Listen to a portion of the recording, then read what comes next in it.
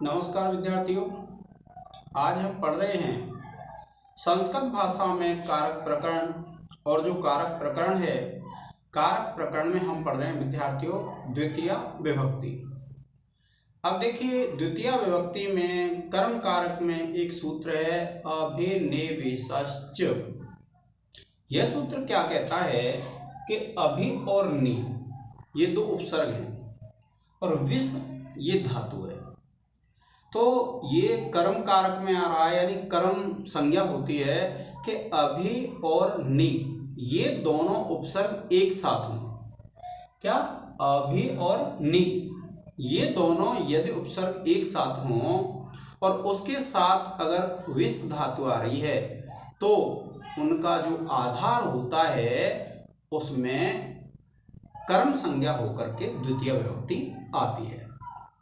देखिए, जैसे एक सूत्र, वो एक उदाहरण है क्या है? अभिनिवेशते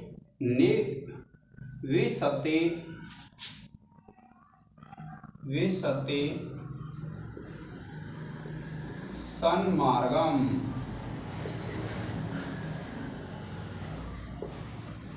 तो ये जो है सन्मार्ग, ये क्या है? प्रवेश जो क्रिया है उसका आधार है। और इसमें आपको पता है द्वितीय विभक्ति लग रही है। द्वितीय विभक्ति क्यों लगी है?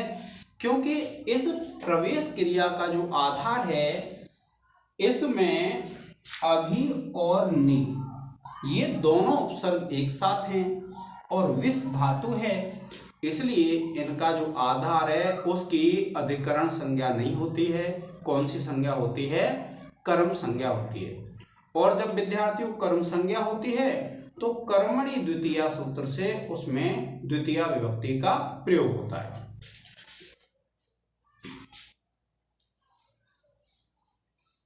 अब देखिए, इसका सूत्र का अर्थ लिखते हैं।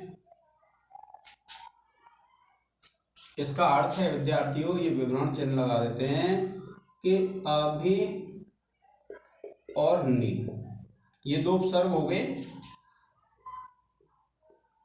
समुदाय पूर्वक विस धातु के आधार की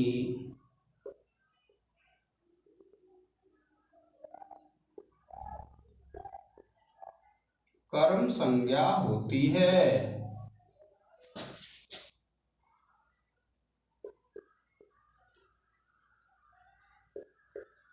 यह है विद्यार्थियों कि अभि और नि उपसर्ग एक साथ आते हैं तो उसका विस धातु का जो आधार होगा उसकी क्या हो जाएगी? कर्म संज्ञा। अब देखिए, इसका उदाहरण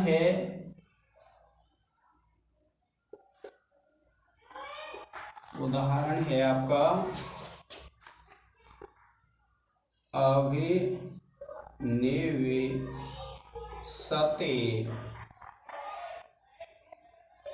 सन्मार्गम। अर्थात इसका अर्थ है अच्छे मार्ग पर मन लगाता है। क्या अर्थ है इसका? अच्छे मार्ग पर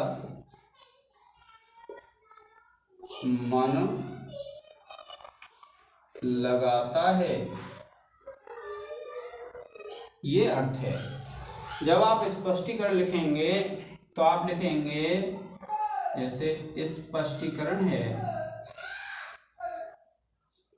आप लिखेंगे विद्यार्थियों,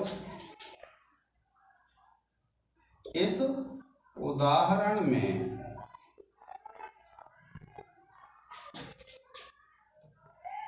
प्रवेश क्रिया का आधार सन्मार्ग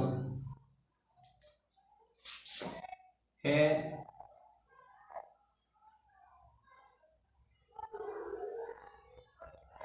सन्मार्ग की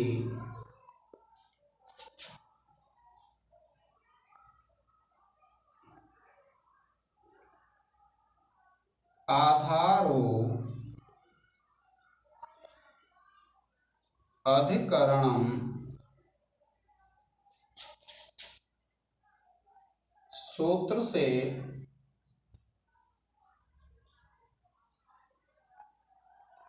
अधिकरण संज्ञा प्राप्त होती है, किंतु अभि और नि उपसर्ग पूर्वक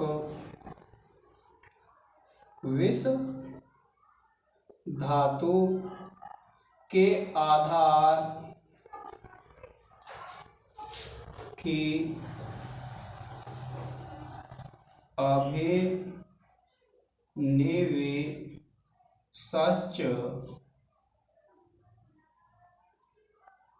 सूत्र से कर्म संज्ञा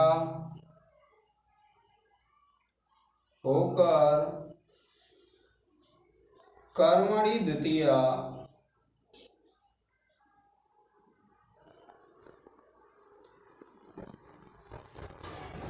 सूत्र से द्वितीया विभक्ति लगती है।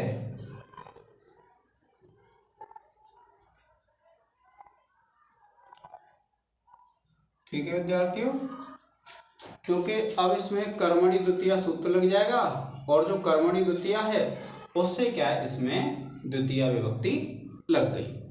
तो ये बताया गया है कि जब अभि और नि दोनों उपसर्ग एक साथ होते हैं तो अभि और नि उपसर्ग पूर्वक जो धातु होती है विष धातु, जिसका अर्थ है प्रवेश करना, तो उस धातु का जो आधार होगा उसकी अधिकरण संज्ञा न होकर के विद्यार्थियों क्या होती है, कर्म संज्ञा होती है।